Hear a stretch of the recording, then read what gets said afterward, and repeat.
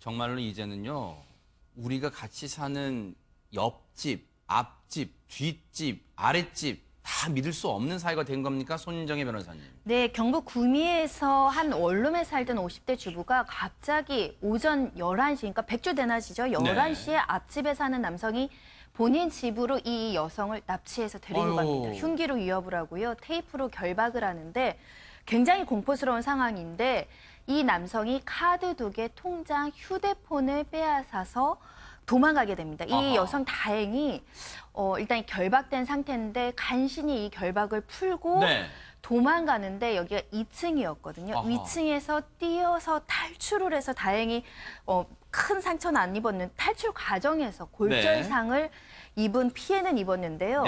이웃집 남성이 그 당시에 뭐 모자, 마스크 이렇게 신분을 가리기 위한 조치도 없었다고 합니다. 50대 여성은 바로 날 납치해서 이렇게 흉기로 위협하는 사람이 앞집에 사는 30대 우리 주민이구나 딱 알았다고 하고요. 한눈에 알아볼 수 있었던 거예요? 네, 그래서 일단 위기를 탈출해서 경찰에 신고를 했고 경찰에서 이제 그 남성을 추적했습니다. 얼마나 긴박하고 위험한 순간이었으면 김복준 의원님, 이 여성이 탈출을 했는데 그게 세상에 2층에서 뛰어내려서 가까스로 탈출했답니다. 필로티 구조로 돼 있기 때문에 일단 1층이 있는 상태의 2층이면 실제로는 3층이에요. 그 필로티라는 게 기둥만 서 있고 주차 차들이 거기잖아요. 그렇죠. 그러니까 필로티가 있다면 그거 한층 차지하죠. 그리고 2층이니까 3층에서 뛰어내렸기 때문에 이 여성분 많이 다쳤는데 저 한마디로 먼저 말씀드리면 정말 이 여성분 천운이고요. 정말 잘하셨고요. 왜 그러냐면 이웃집 남자하고 얼굴을 뻔히 아는데도 숨기지 않고 이 여성을 납치해서 강제로 끌고 들어가고 결박한 채 일을 봤다면 솔직히 말씀드려서 이 여성을 살려줄 의도가 없었어요. 그렇죠. 정말 저 천으로 잘 대처하시고 도주하신 겁니다.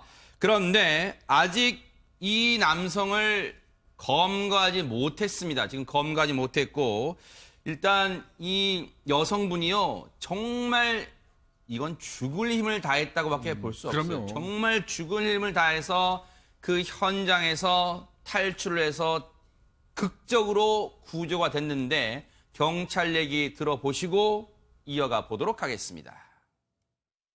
평소에 뭐 옷 입고 다니는 거나 내용들을 자주 보기 때문에 앞에 사람이면 자기 잘 안다 그래요. 이 남성도 자기 얼굴 알아보는데도 그렇게 범행을 한 거네요? 그렇죠.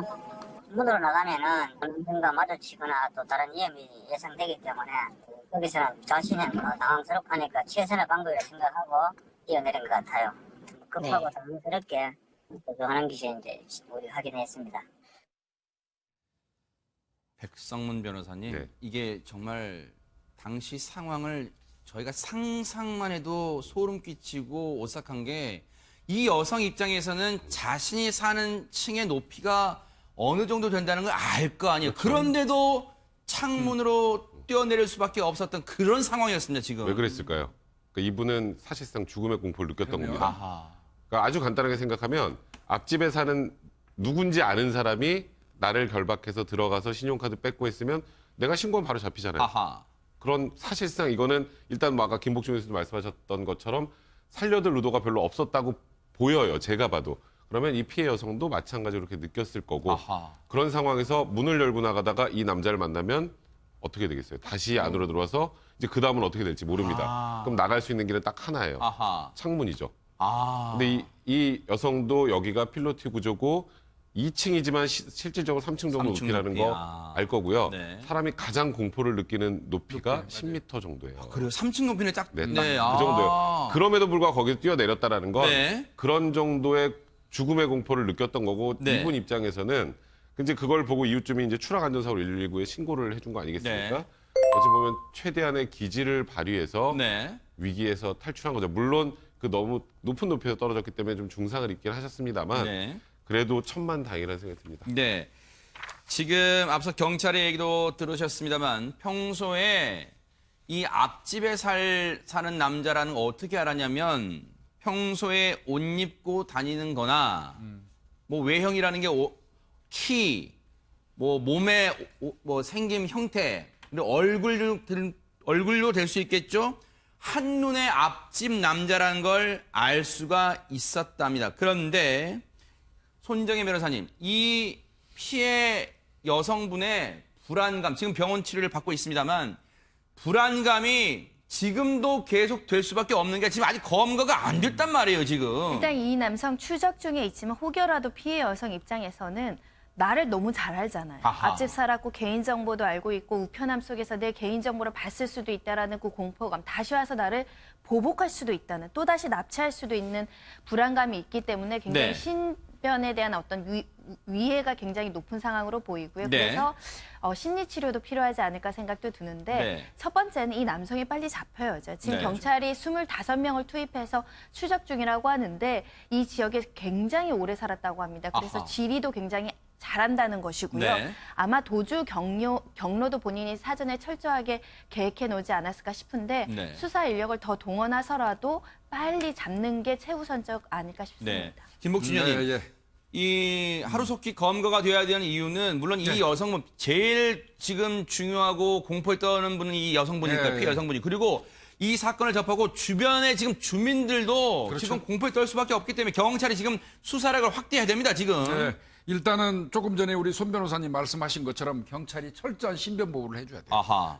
그리고 신변 보호와 동시에 치료하면서 네. 트라우마에 대한 어떤 그 상담, 네. 그 치료도 병행돼야 된다고 보이고요. 네. 경찰은 지금 제 생각 같아서는 그렇습니다.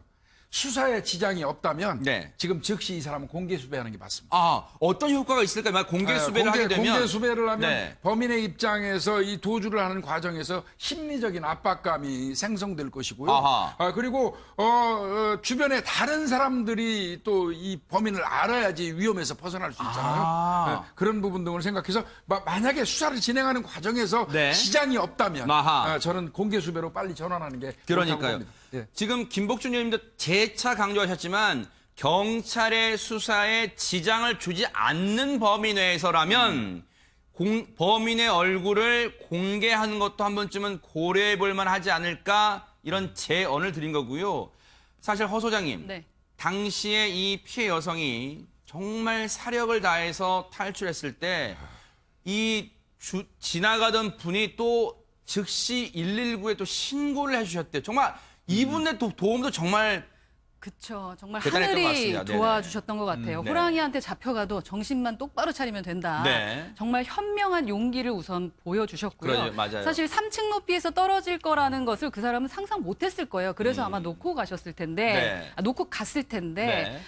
아주 현명한 용기를 내서 네. 뛰어내렸습니다. 아하. 그리고 바로 조치를 취했잖아요. 네. 주변 사람들이. 앞으로도 저희가 이제 그런 분들을 보면 119 바로바로 신고하는 거 네. 좀 필요할 것 같고요. 네. 아까 계속적인 얘기 나왔는데 네. 지속적으로 아마 이분은 정신과 치료 받으셔야 될 겁니다. 맞아요. 아마 살인에 대한 그 트라우마는 잊혀지기 쉽지 네. 않을 겁니다.